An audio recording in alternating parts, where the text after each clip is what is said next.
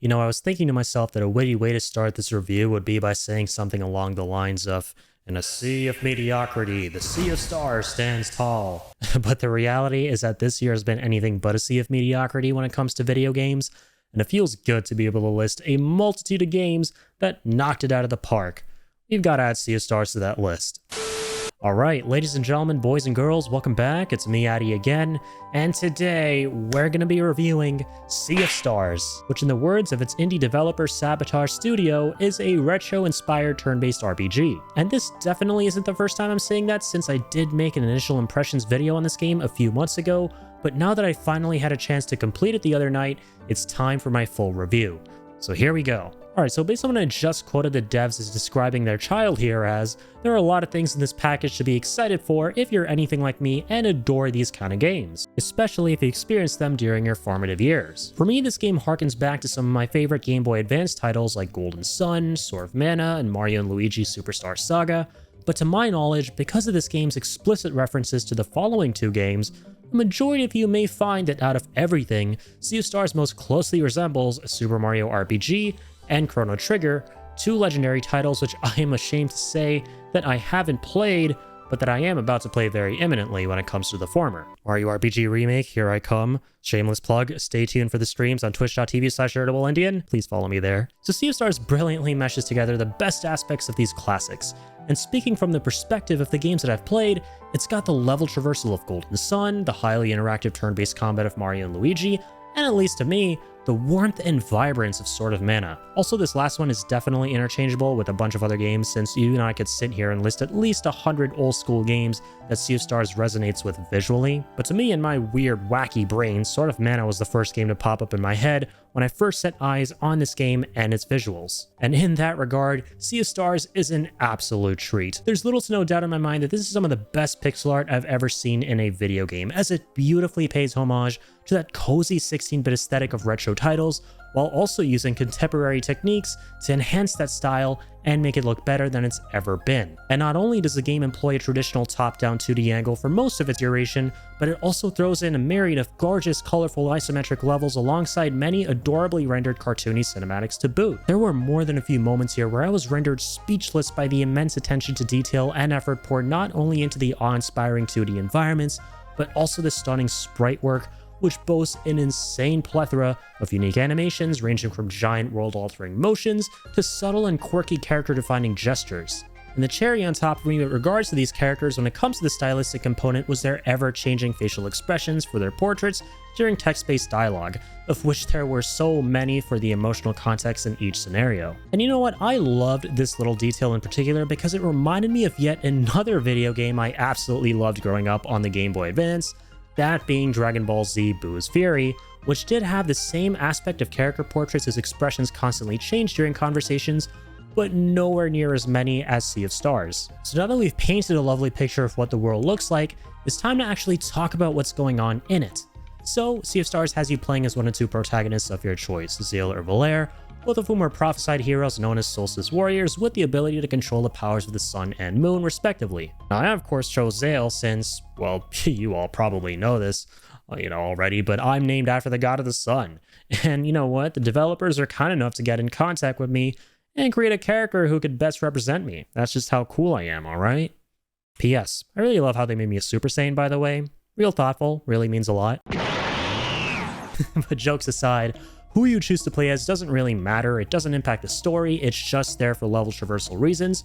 You'll ultimately get to play as both of them during combat. So the story of this game follows Zale and Valere's epic quest to combine their powers and stop the malevolent forces of an evil alchemist known as the Fleshmancer. It's your classic tale of good versus evil, enriched with beloved RPG tropes, chief of which is a grand sense of adventure that unfurls across the ambitious game world, featuring every imaginable biome, and ultimately some wacky colossal realm entwined in the mysteries of time and space itself that you never could have anticipated. And let's not forget the other staple element of these old school RPGs that makes a return in this game, that being a colorful bunch of characters, each contributing to the game's charm through their distinctive quirks and personalities.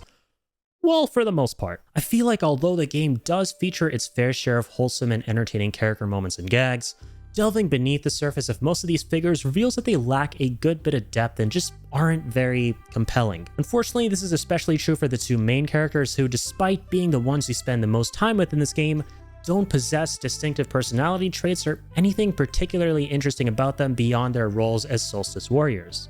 And you know what, while the chemistry between them and some of the supporting members of the party is fairly decent, I felt like my overall lack of investment in most of the characters the game really wanted me to care about made me enjoy the overarching plot a little bit less than I could have, even though it was pretty alright for the most part. On the bright side though, in this department, some of the supporting cast, especially as you progress further into the game, proves to be a lot more interesting. Their compelling stories keep you invested, motivating you to see the game through to the end and discover what ultimately happens to this world. What really and truly kept me playing until the very end here was definitely the combat. I loved this game's Mario and Luigi-esque turn-based combat style, with how you've got various party members of different classes who not only pull off big flashy attacks and abilities upon you inputting commands, but also perform these combo attacks with one another to crush enemies in some really cool looking ways.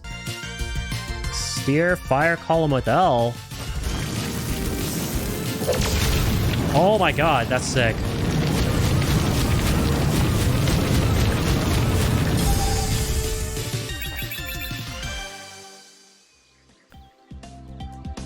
You guys know how I've been saying constantly that every single new ability we get in Sea of Stars is the best ability in the game? I think that was actually the best ability in the game, and I swear to God, I'm not going to continue what I've been doing, which is saying the newest and latest thing we've been able to use is the best thing in the game. I think that stops right then and there. That is the coolest thing in the game, and it doesn't get any better than that. Of course, the best part about all this is how, just like in Mario and Luigi, there is some incredibly engaging player interaction involved in making the abilities land as effectively as they can on enemies. More specifically, upon inputting an action, you don't just have to see the immediate base effects of that action, since you can time button presses on your controller to specific parts of the character or enemy's action animation to amplify effects of said action. For example, if you time your button presses right, you can extend abilities, deal more damage, block incoming enemy damage, and even boost your healing spells. Naturally, the timings are always different depending on what character you're controlling, what ability you're using, and what enemy you're fighting. So to me, one of the most fun parts of this was trying to figure out exactly where I had to time my button presses whenever I was experiencing some new combat scenario for the first time. And shit, even after beating this game, there are still more than just a few abilities whose timings I never figured out. There are that many. On top of all this, Sea of Stars throws in its own unique spin on combat scenarios by having its enemies possess these tiny symbols called locks above their heads, and each lock will correspond to a certain elemental weakness that a specific character in your party can destroy through certain abilities of theirs. And so the main appeal of the fights here is to try to destroy every single one of these locks to prevent an enemy from casting their ultimate attack. And while I don't think the enemies ever got too difficult in this game and the fights remained fairly easy throughout, things nevertheless remained anything but boring since, number one, I had so much fun trying to figure out the unique ways in which to mobilize my characters against new enemy locks in each scenario. And number two, the sheer enemy variety, boss designs, and overall sprite work were always a treat to behold. And last but not least, number three, the goddamn soundtrack, man. Which didn't just consist of NES and Sega Genesis inspired tunes that were consistently bangers in each battle, but was also so fun, funky, varied, and so worth looking forward to whenever I entered a new level or battle. Who's that guy in the background? Oh shit, he's having the time of his life. Boulder douche. He just straight up calls him a boulder douche. It's like they just ran out of ideas and were like, let's just call him like the most derogatory shit because he's an annoying enemy. Fuck this guy. But at the same time, this guy fucks with the music. Let's go. It's the same enemies, but this time we got actual music that dude's playing in the background. The boulder douche ain't so douchey this time. Let's go. Just getting funky.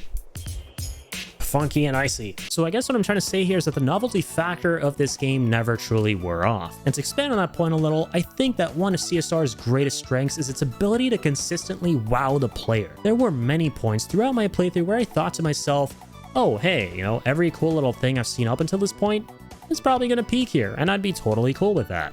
But then no. I mean, you get to experience 5 or 6 new gameplay or aesthetic related things that make you go, oh shit, there's actually more.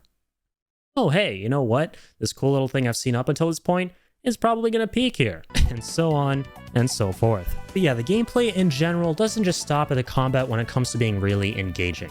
The level traversal is a great example. It was implemented very well here in my opinion, as it has you going through these visually striking dungeons and biomes that once again possess a lot of Golden Sun energy. And one part I like about all this naturally is the nostalgia factor, with how you've got to go through a lot of levels with twisty puzzles involving climbing vines, hopping over gaps, tiptoeing across tight ropes, and more. More importantly, I liked the structure of these levels. The cadence at which you progress through them is great. The puzzles aren't overly confusing, and some of the Sea of Stars centric aspects themselves are quite literally jaw-dropping. Like, I will never forget the aspect of this game that involves you dynamically altering the time of day through moving the sun and the moon in order to accomplish certain puzzles. It really was very beautiful and creatively implemented for each level. And to top it all off, you've got minigames as well, which are always a very welcome addition in an RPG experience like this. You can fish, cook, and even play a highly addictive board game called Wheels, which is something I'm not going to go over since I don't want to bore you to death with the rules. But I mean, just look at that board, right? Look at that little board. Isn't that something you'd want to play? I know I would. So you find wheel games in every tavern, you find every tavern in a colorful town, and you find every colorful town on a colorful island that you'll be waltzing through on the world map, which once again is very reminiscent of both Chrono games, of which I can personally attest to when it comes to the sequel, which I played a good bit of growing up. This game world essentially consists of a large sea with scattered islands, some small, some large, but all equally fun to explore as you use your ship to sail between them and eventually traverse their various regions in a perspective that's once again very similar to Chrono. Now, for the most part, Sea of Stars is a pretty linear experience, with its optional content taking the old school approach, where you don't necessarily find a lot of quest givers who send you off to complete tasks for them, but rather a wealth of secret treasures, dungeons, and more, a majority of which become accessible to you once you're far enough into the story to where you can more freely traverse the world map. In a way, this kind of reminded me of some of the older Final Fantasy games, like my favorite one for example, that being 7, where it isn't until you get the high one at the end of that game and can fly around the world map that you can truly start side questing and discovering high-level bosses and tough challenges. Sea of Stars basically takes that same approach, which I thought was kind of a cool throwback. So ultimately, stuff like this is a testament to how Sea of Stars is a richly detailed and well-versed love letter to RPGs from that 90s and early 2000s era, with a deep understanding of their tropes and what makes them mean so much to so many people. And despite the fact that I wasn't particularly big on the story and some of the characters presented in this experience, that in no way, shape, or form sullied my overall appreciation and adoration of this game. It is truly an amazing indie experience that, while I would definitely recommend, I would recommend it with reservations. And that's simply because I don't think that this game is going to be for everyone, as great as it is. Like, if you're not into turn-based RPGs from a bygone era, then you probably won't get the most out of this experience, since this primary audience that it targets are people with a fond appreciation of those games, be it because they grew up with them like I did, or I don't know, they just like them because they're cool, once again, like I do. And you know what? Hey, I don't just like these kind of games and Sea of Stars because they're cool, but I also like you guys because you're super cool for checking out this review today. So thank you all so much as always. If you guys did enjoy today's review, then please don't forget to drop a like in this video and subscribe to this channel if you haven't already. Stuff like that means the world to me and greatly helps me in achieving my dreams. Also, if you do want to catch all the VODs of my Sea of Stars playthrough, I'll link the playlist to that below. It's on my second channel. And last but certainly not least, if you guys want to catch me playing through these amazing games live, then all you got to do is head on over to twitch.tv/irritableandy, link is in the description. Drop a follow, would love to catch up and say hi. But until the next one, folks, stay happy, stay healthy, stay positive, and as always, keep on keeping on.